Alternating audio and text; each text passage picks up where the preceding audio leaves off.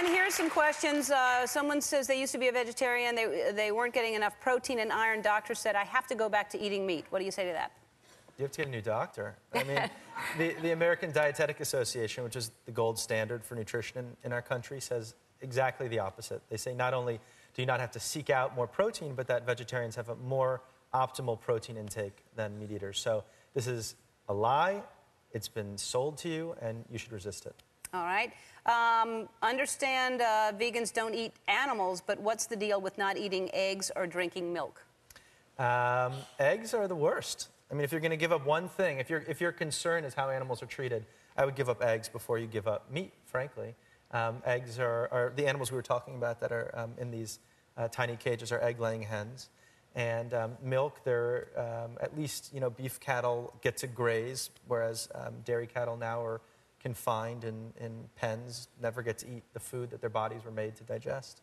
Yeah, that was kind of surprising to me, too, because I think everybody has this image. There's a cow, and there's a guy, and he goes and milks it. There's a bucket, and, he walks around in his overalls. And I think there is a guy, he's just in commercials. He's not in real life. Right. I mean, they take advantage of this image. You really have to constantly question, is the thing that I'm holding in my head, does it correspond to reality? Yeah.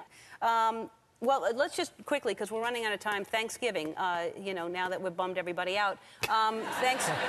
What do you say to people that are about to have Thanksgiving? Let me ruin your Thanksgiving. All right. What I would say is Thanksgiving is a great holiday. I mean, most people in here, probably everybody celebrates Thanksgiving. I love Thanksgiving. Why do I like it? Because I like celebrating with my family, and I like what we're celebrating. I like being grateful. I like being thankful. It feels good.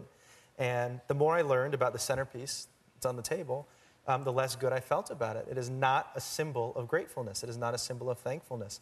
It is an animal that is now incapable of reproducing sexually. None of the turkeys you buy in supermarkets can reproduce sexually. They are fed a steady diet of drugs through their entire lives, and they live in tiny, cramped areas. They're incapable of surviving outdoors. So what does this have to do with harvest? What does this have to do with being American? What does it have to do with being grateful? Nothing. And so for anyone who's interested in possibly pursuing this, what's the first step? What's one little, because I think it's overwhelming to people, like, oh, it's too much, my whole life's going to change. No. So how do we take one little step? There's nothing more powerful than an informed conversation. So get informed. I have information on my website, eatinganimals.com, and on Facebook as well. Go to a site like farmforward.com, which has plenty of information. And it's not just vegetarian information. If you're somebody who says, you know what, I have to eat turkey, this is important to me, they tell you places to buy it, where the animals are raised outdoors, aren't fed medicine. The kinds of farms where if you were to visit them, you would say, this is something I'm proud of. My values are reflected in the ways these animals are raised. And just talk. Talk about it with your family. Don't take these things for granted. Don't let corporations lie to you. Act on your values. And you can read this book and learn a whole lot more. Eating Animals is in bookstores now. Everybody in the audience, I'm giving you a copy. And